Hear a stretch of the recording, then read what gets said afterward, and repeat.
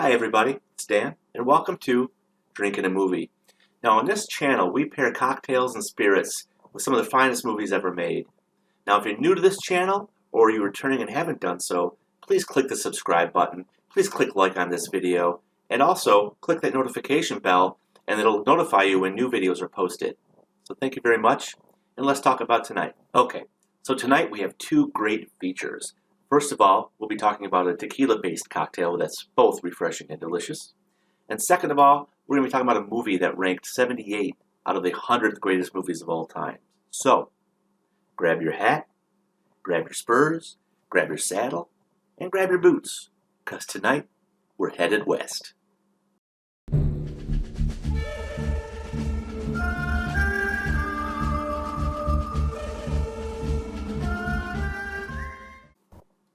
Alright, first on the menu is that tequila-based cocktail. It's called El Diablo. Now, I know many people may have an aversion to tequila. Maybe it's something you did when you were, I don't know, in your early 20s. Something that you horribly regret. It happens. Well, I want you to shake that feeling off because this cocktail is delicious and you will learn to love tequila again if you give it a shot. Next, we're going to be talking about a Western that comes to us via Italy. It's 1968's Once Upon a Time in the West by Sergio Leone. Now this is a fantastic film. I told you it was ranked in the top 100, which is really an outstanding achievement. And it stars Henry Fonda against typecast as he plays a bad guy. You don't really see that from Henry Fonda in his career very much. But in this one, he's ruthless, he's bloodthirsty, and he's completely evil. In fact, he's El Diablo in a sense. So great marriage between this drink and his character for sure. So stay tuned and we'll get into the cocktail next. Okay, a little history about the cocktail. So it first made its appearance as the Mexican El Diablo in 1946 via Trader Vic's book on food and drink. And it's actually said that Vic invented the cocktail himself. So the cocktail's name eventually was shortened to El Diablo, where it's remained ever since. Okay, let's talk ingredients now.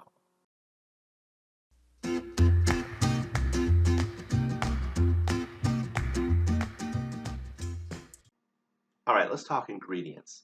So El Diablo's call for 1.5 ounces of tequila. Now, tequila can come in 3 different aged types. There is Blanco, which is what you see here, which is a typical clear-looking tequila. It's been non-aged, so it goes right from the distillery, cut with water, bottled, and shipped to your favorite store. Hornitos brand is an excellent brand. I use it in a lot of different cocktails, but that's your Blanco. Now, the original recipe calls for reposado, which translates as rested.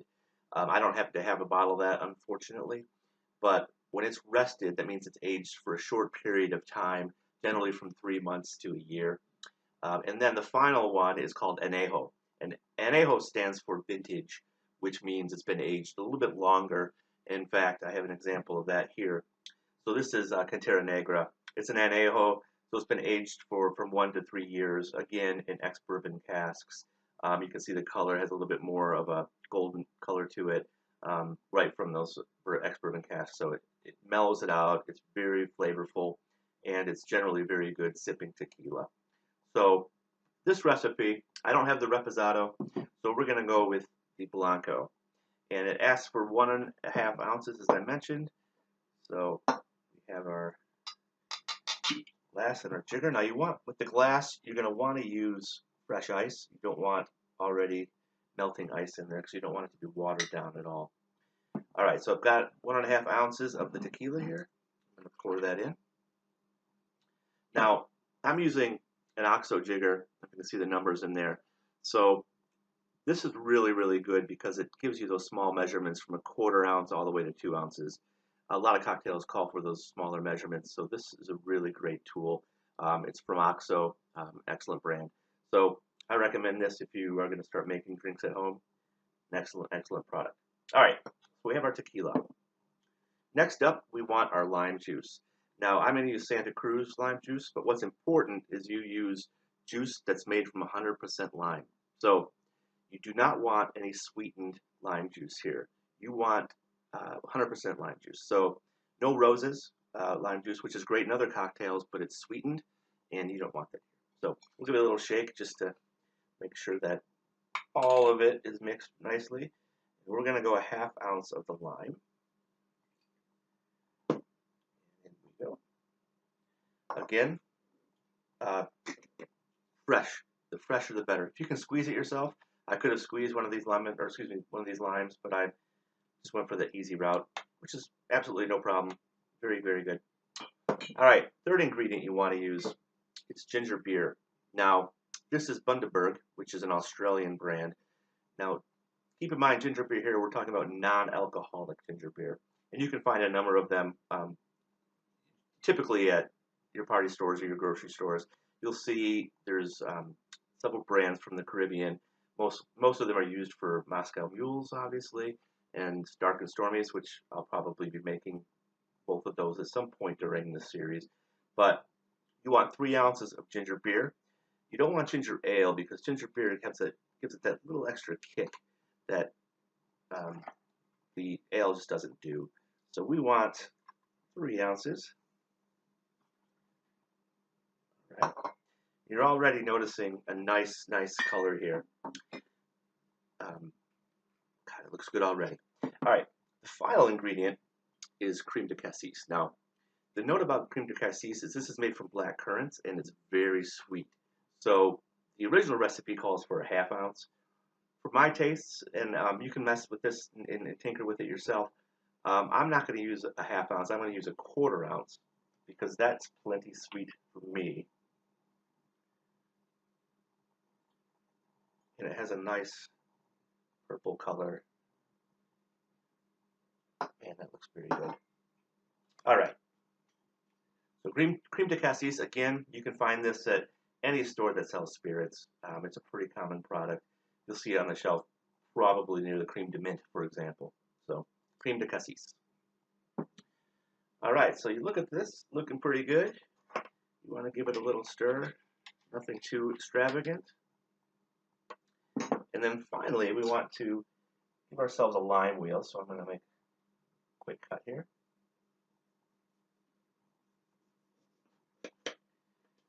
And voila. We have ourselves El Diablo. All right, well, let's go talk about the movie.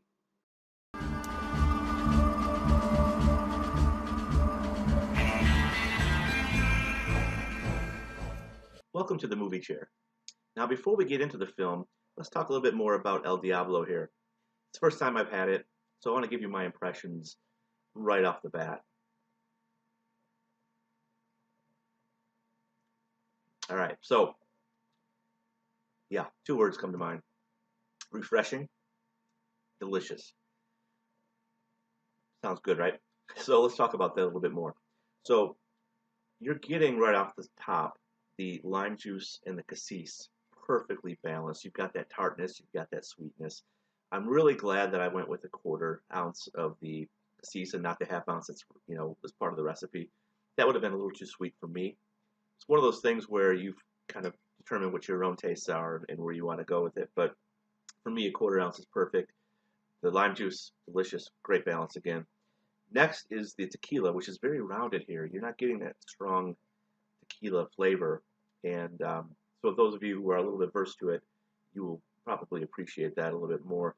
But it's there, it's present, and it just adds to the drink. And then, of course, the ginger beer just kind of brings it all home. So the best way I could describe it is, if you think of a good piece of music, right? You hear this great sound, but then you can also hear at moments each of the individual instruments. They all have their moment to shine. It's very similar to this drink. So you've got these 4 ingredients, and they all have their moment. You can single them out, but together, it's just a very harmonious, tasty drink.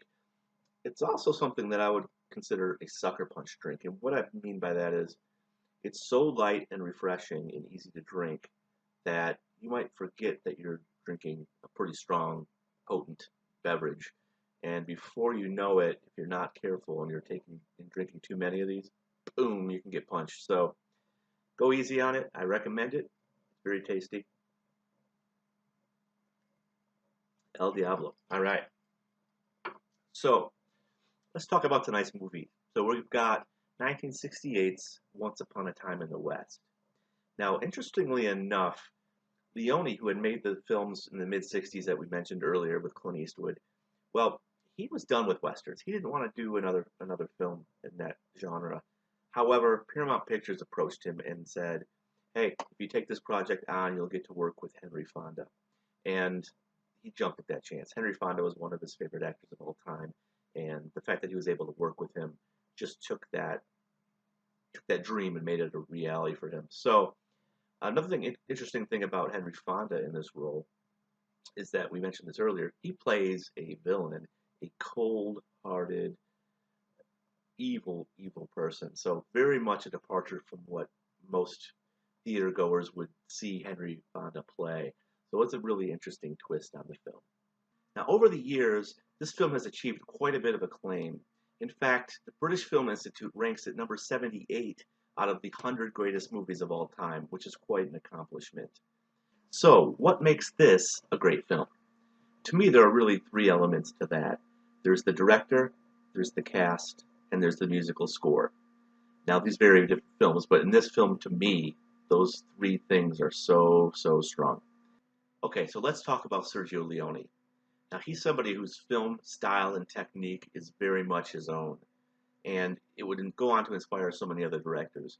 Leone just has this amazing ability to build up tension in a scene to the point where it explodes like a powder keg. So, picture this, if you will. So, he has these vast expanses, beautiful landscape shots. Cinematography is beautiful in his films, and these sweeping vistas really give you a sense of isolation and loneliness in some ways.